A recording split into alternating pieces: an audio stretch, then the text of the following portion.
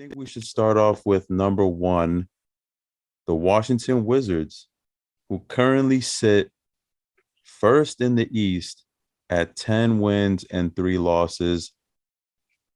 I think it's safe to say that this team is a surprise to everyone. I don't know anyone who, unless they were just trolling and look really smart now, was saying in like August, hey, Washington Wizards, man, watch out for them. They might be the one seed early on or whatever. Do the first maybe like 20 games. But yeah, man, I mean, what you got on the Wizards, man? So the last two games that they played, so they're 10-3 right now, first in the entire East. And the last two games they played against the Magic and against the Pelicans, this man Bradley Beal, he didn't even play. You have like some personal thing. It said personal, but yeah, he's been out the last two games, but they still won. They beat Orlando, they beat the Pelicans, and the Magic game was 12-point victory. Pelicans was only five, but still they beat them. And then they beat the Cavs. They beat the Bucks. They beat the Grizzlies. They beat the Hawks, Celtics twice, Pacers and Raptors. The only team that they lost to that you probably say, okay, they should have lost that game is the Nets. Besides that, I feel like all the other games they could have won. Like they could have beat the Raptors because they had already beat them once before. They could have beat the Hawks. They had already beat them once before. So potentially, like they could have been with one loss to the Nets because they had beaten those other teams before. So, but yeah, they're looking really good right now. Spencer Dinwiddie's the real like big difference. That was the whole like probably the biggest, and Kuzma. So those two guys, it's been a big difference. Yeah, man. I'm just gonna read off some notes that I wrote for Washington. So they had an interesting offseason, trading Westbrook to the Lakers, and they got that package around Kuzma, KCP, and was it Harrell? Was it those three? Yeah, I'm pretty Montrezl. sure it was those three. And I felt this way even when they made that trade in the offseason. I looked through their roster and I said, hey, the Wizards have like 10 to 11 players that I actually kind of like. These are guys that you can play in a rotation. But with all that said, I was still kind of iffy on them. I didn't know how well they would do. And I wrote down, let me see how many reasons I got here. Five reasons why I kind of didn't think that they would play as good as they are right now, right? So the first reason I put, they're coming into the season with nine new players on the roster. So that's like, let's say you got a 15-man roster, nine new players. Let's just say that's 60% of your roster is just new players. So obviously that's going to take some time for people to get acclimated. And usually when stuff like that happens, teams get off to a slow start unless you're a team like the Nets, maybe where you have like three superstars or something. But there's no clear cut superstar on Washington. So it was fair to think that, okay, they're going to get off to a slow start, or there was a high chance of them getting off to a slow start. Second reason was they signed Spencer Dinwiddie. This guy was literally coming off an ACL injury. That's you tell me, man, because I feel like you know more. Is that the worst injury you can get in basketball besides like some spinal stuff? Well, the Achilles one is pretty bad. So yeah, those are probably the two, Achilles and ACL. Yeah, so he was their flashy offseason signing, and this guy's coming off a ACL injury. That's the second reason. The third reason was Thomas Bryant. This dude also had an ACL injury last season in January, and he's not expected to come back for I think a couple months from now. So you look around and you're like, hey, I don't know, man. There's just a couple strikes against this team. The fourth one was Montrezl Harrell because it was interesting with him. Last season for the Lakers, he was averaging 23 minutes a game. And I don't know if you realized it, but in the playoffs last year, the Lakers lost in, I think, I don't know what they lost to in Phoenix, but it said he only played 4 games for the Lakers. So probably one of those games was a DMP, didn't even play. He averaged 10 minutes a game in the playoffs for the Lakers last season. So when something like that happens, you also got to keep an eye on that because you're like, yo, that's the type of thing that can make or break someone. Like you don't know someone's like their motor, you know? Some guys can get defeated by that. Some guys can use that as like fuel. So those are just some of the reasons that I had stacked against the Wizards, but they've come out here, man, and they've proved everyone wrong, man. Number one in the East.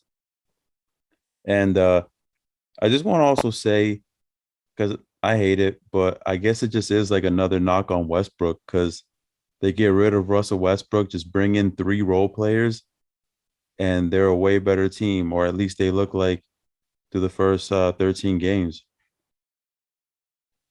Yeah, and it does seem like there's kind of like 4 or 5 players that are always like involved. Like if you look online, you could see like on ESPN there they could show you the schedule and you can see a lot of information here. It shows you who had like the game high in points, who had the game high in rebounds and game high in assists. And the game high in points isn't always Beal. Like sometimes it's Beal, sometimes it's Dinwiddie, sometimes you see Harrell. A lot of them are Beal, but you do have like a little mix in there, you know? And then game high in rebounds is shockingly a lot of Kuzma. So that's like a big thing from one of your like not like a power forward center to be dominating in rebounds like that. Like that's a good sign because then you also have the big guys getting rebounds too. That's a really good rebounding team. And then the high in assist is always Dinwiddie or Beal. There was one random Montrezl. He had randomly he had 7 assists, but that was just like in the last game against Orlando. So maybe they were like sitting some guys or something. But besides that, it's Beal and Dinwiddie, and that's good, man. You got 2 ball handlers that could really help out to facilitate, and it's not just all on Beal or all on Dinwiddie. So it just seems like it's a very balanced team. You don't have like one guy doing one thing, like because obviously Beal and Dinwiddie are like not like some weak rebounding guys. Like they still get 5+ rebounds. So it's a really like all around good team. Even this guy Avdija, that guy led the team in rebounds the last game. So they just got an all around like balanced squad. Yeah, so I just want to mention this. We're shooting this on November 16th. It's currently 10:27 p.m. So that's the info. That's what we have to work with right now. Obviously, things might change in the next couple of days, but you were mentioning like some of the stats from the Wizards players, and Yeah. I had them right here, bro. Kuzma on the season so far, he's putting up 14 and a half points, 9.1 rebounds a game. So, Yeah. yeah, that one shocked me too, man. That's pretty solid, man. 9 rebounds from Kuzma, Yeah, I have him especially. on my fantasy team and he's coming so clutch. Yeah, I remember when I always got to mention the Nets, but I remember when the Nets had Brook Lopez, and this guy's a solid 7 feet, and he would get like 5 rebounds a game, and I would always think to myself, like, how can you not get more rebounds than that, bro? And then you have, obviously nowadays, there's more shots getting put up, but Kuzma's averaging 9 rebounds, and he's looking good, man. And then Montrez is putting up 18 points, 8.5 rebounds. So it might seem redundant, but that's a nice combo right there, man. That's good rebounds and good points from those guys. And then 6 assists a game from Spencer Dinwiddie, 5.6 from Bradley Beal. That's solid, man. Like I agree with you 100%. They got guys who like they got a good amount of guys who could rebound, a good amount of guys who could play make, a good amount of guys who could hit threes. They're just an overall solid team.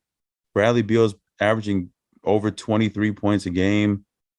So he's stepped up as a leader for the team. And I want to say this too, man. On the year, the Wizards are averaging 108.4 points a game. There, which is 15th in offensive rating in the NBA. So it's middle of the pack.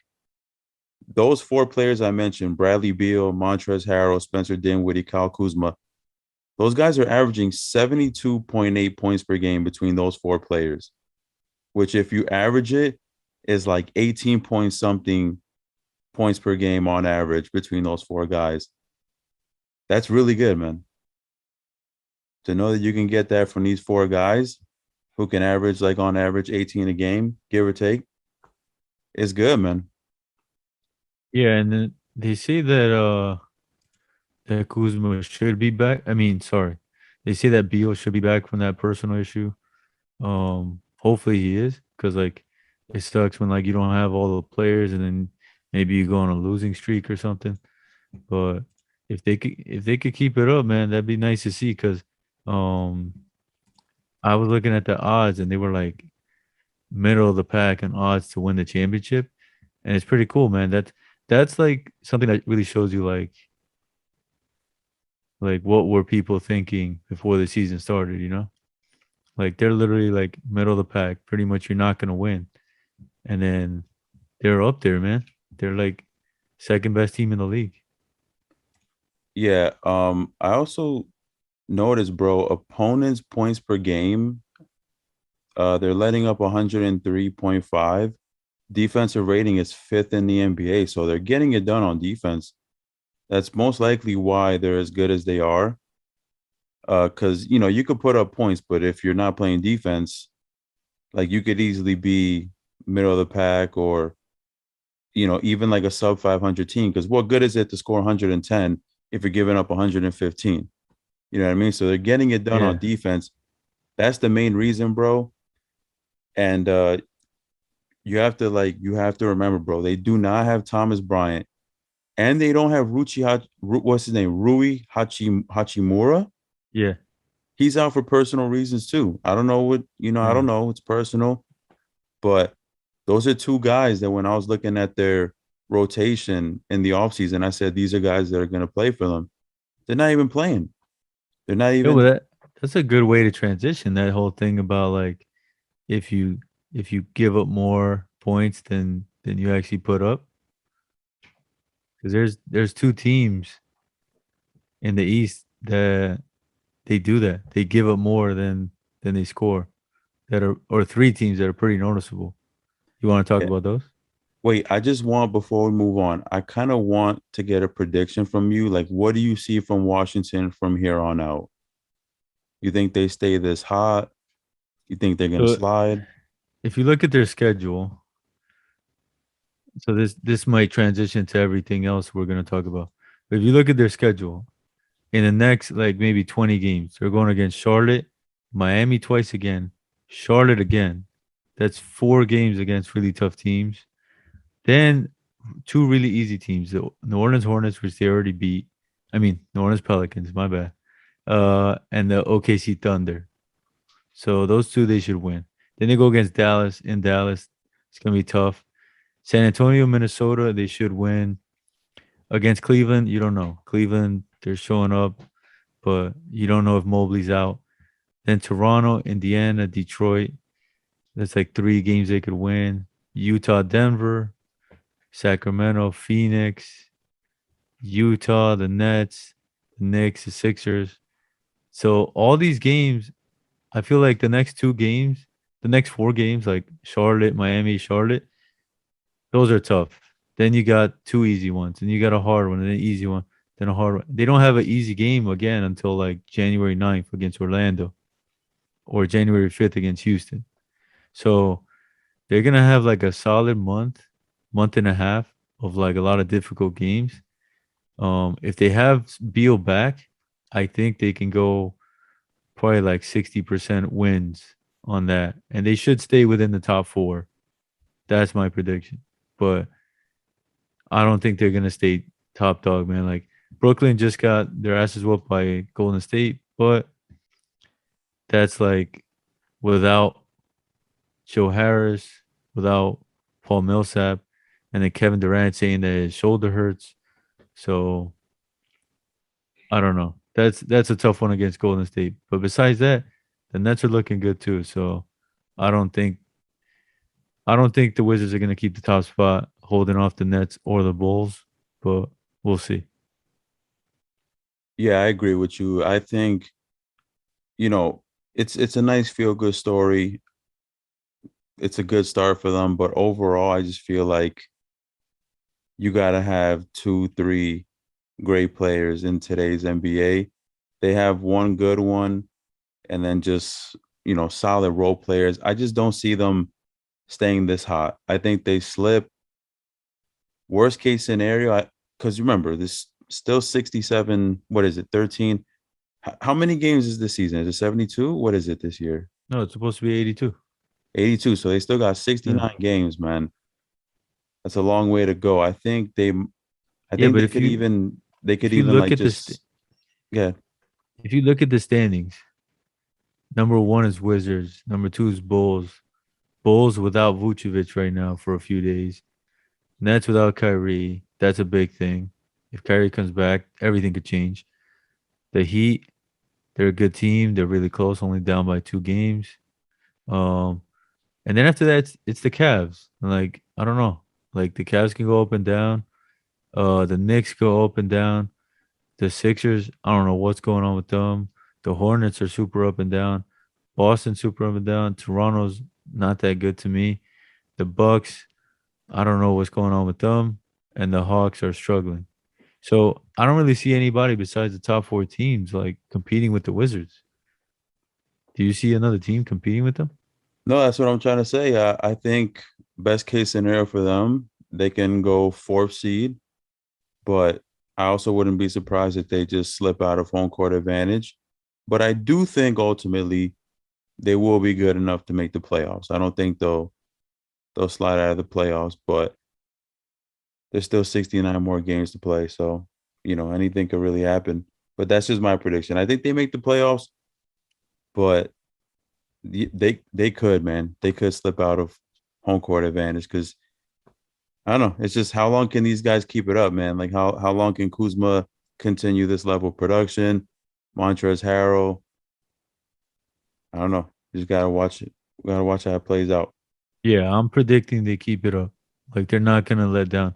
It's a balanced offense, so it's not like one guy's getting freaking all the like you saw like today, man. Like Steph Curry, he scored 37 and he only played 29 minutes. So that's good. But if you have a guy like Kevin Durant scoring 19 on 32 minutes, like like things are gonna start breaking down, you know? Like you can't keep that up forever. Like the thing with Curry, that's really nice, man. You score way more than the minutes you play. That's nice. So I don't know. I don't know how they're gonna do with load management and all that. But obviously right now Beal isn't playing. So you could look at that and kind of see like how many minutes they're all playing. I'm looking at it right now just to see. In the box score of the last game that Beal played 37 minutes against the Cavs. Kuzma played 35. Dinwiddie played 30. Harrell played 26. So like Beal's putting in a lot of minutes. So you're right, man. Maybe I don't know if Beal gets hurt or something, but if somehow they could like reduce his minutes a little bit, which obviously he didn't play the last 2 games, so that's definitely reducing some minutes. But we'll see if they could load manage a little bit. Yeah. They could, because like I said, they got a good amount of solid players, so they could load manage. It's not like they're just super top heavy and then just fall off a cliff after that. But this year they're doing a lot of that where like teams are playing each other like almost back to back, dude. Like literally they're playing Miami back to back. Like one game at Miami, one game in Washington, and then they go back to Charlotte. Like they're trying to do that for I guess COVID. So seeing these teams back to back is a little weird. I don't know how teams are taking this.